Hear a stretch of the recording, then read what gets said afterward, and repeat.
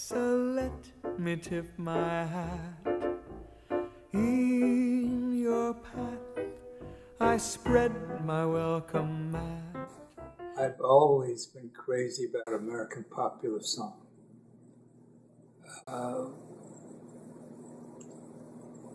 What's now being called, one of the great legacies of American culture. Songs by Rodgers and Hart, Cole Porter, Irving Berlin, people like that. And Gershwin. And the Gershwins. Yeah, the Gershwins, mostly the Gershwins. Which Joan has probably memorized by now, because she can literally bring up a song's lyrics from just a hint, from just one line. And it's very impressive, and I enjoy living with her. And so I grew up on classic American popular music. I really took to it. And then when Michael came into our lives many years later, it seemed made in heaven. Kismet. Yeah, I think we all fell in love with each other. Tell the story of how it happened, because it's a wonderful story. Okay. Because it's a Bob story. Honey, you're distracting me. Okay. I mean, this is natural for me, Sorry. I'm not auditioning. No, but you are on Candid Camera. Okay. How we met Michael. Michael was playing at a little hotel on Sutter Street in San Francisco. And he had recently opened there. He never had a gig in San Francisco before, but he had played in L.A., where he knew a lot of people. He grew up mostly in L.A., and he had a lot of friends who were songwriters and that sort of thing. And he was a close friend of Rosemary Clooney. Yeah. And he worked for Ira Gershwin. Right. He became his archivist. So he was like a son to Ira. And that was after George had long since died. Yeah.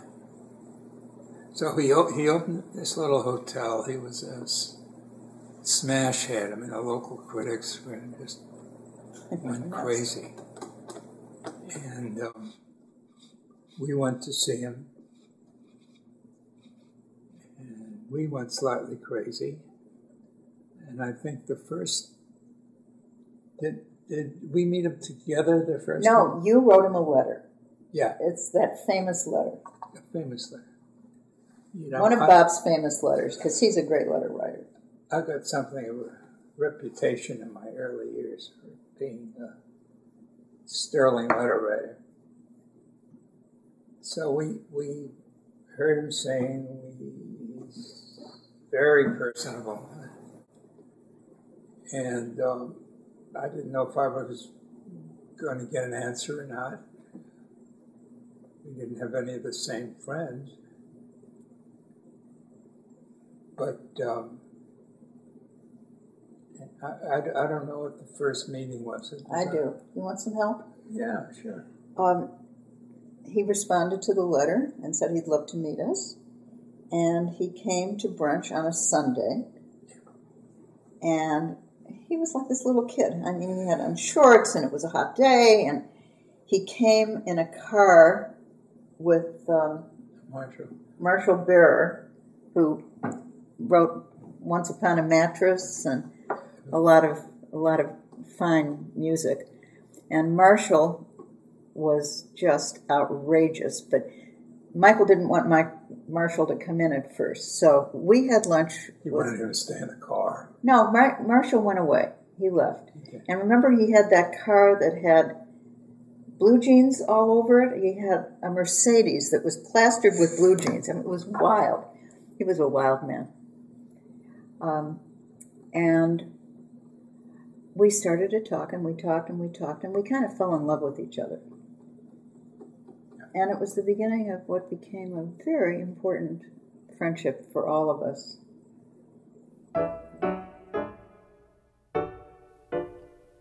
You I like, so let me tip my hat. In your path I spread my welcome.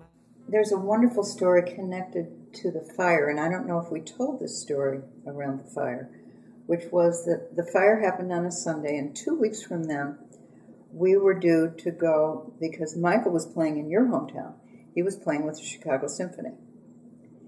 And we had gotten tickets, and we had our airline tickets, and we had our hotel reservations, and we had nothing. And I remember saying to you, well, should we go to Chicago? And we both said, well, why not? Mm-hmm. So one of the first things that Bob got was a tuxedo, because whenever we went, is that already on there? No. Whenever we went to hear Michael in the early days, I would get dressed to the nines, and you would get dressed to the nines, and out we would go. So I remember that when we went to see him the first time he played at the Hollywood Bowl, getting completely dressed up. And we became like, at that time, sort of like parents. Yeah. There was that kind of familial thing, and he actually looks like my father. Uh-huh. And my father died when I was 6, and my father was a very gifted musician. So, and we all knew that about each other, that we just had all of this. And so we went to Chicago, and after the concert, we went back to the hotel. We stayed in the same hotel that he was staying in. We went back to the hotel, and the three of us got totally stoned. Okay, great-grandkids, whoever's listening to this, Grandma and Grandpa got stoned with Michael Feinstein. And it wasn't the first time. That's the headline. And that happened also on my 60th birthday, when Michael came and stayed with us. And that was when I sang with him, and that was a lot of fun. And Was that the time he disappeared into the bathroom for a while? The two of us, yes. Yeah. We got stoned, and then we came out and sang. That was funny.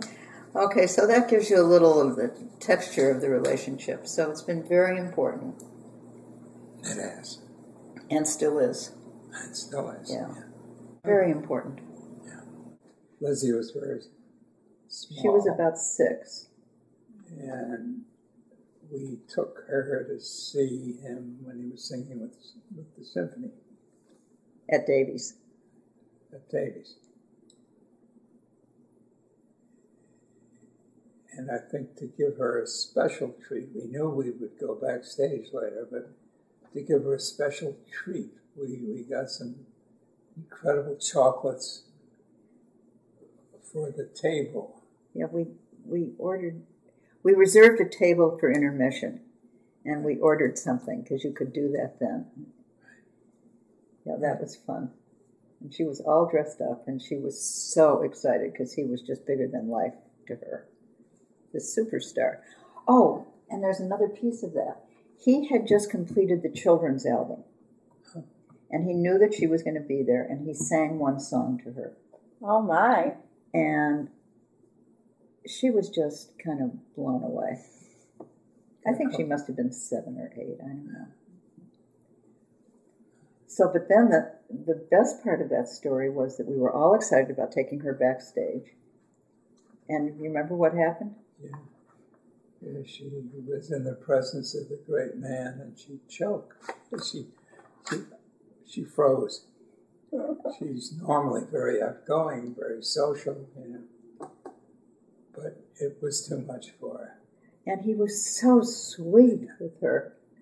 One other little sweet story about Michael, which is that right after he met his partner, Terrence, Bob had his 75th birthday, and we had the party across the street. And Michael and Terrence flew in from New York and surprised Bob. Mm-hmm. And it was really awesome. I mean, I thought you were going to faint. Yeah, you had no idea.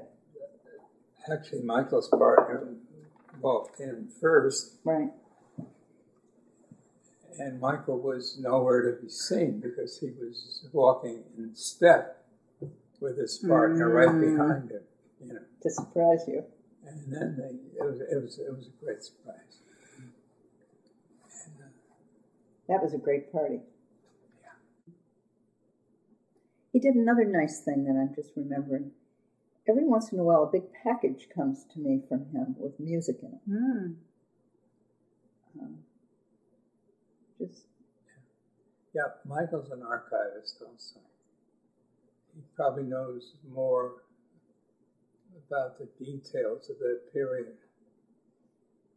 Composers' lives, and performers of those songs than anybody. The last time I saw Michael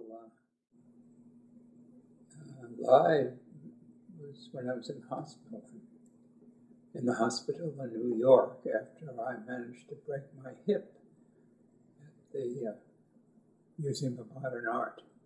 It's a very classy place to break your hip in. Yeah. And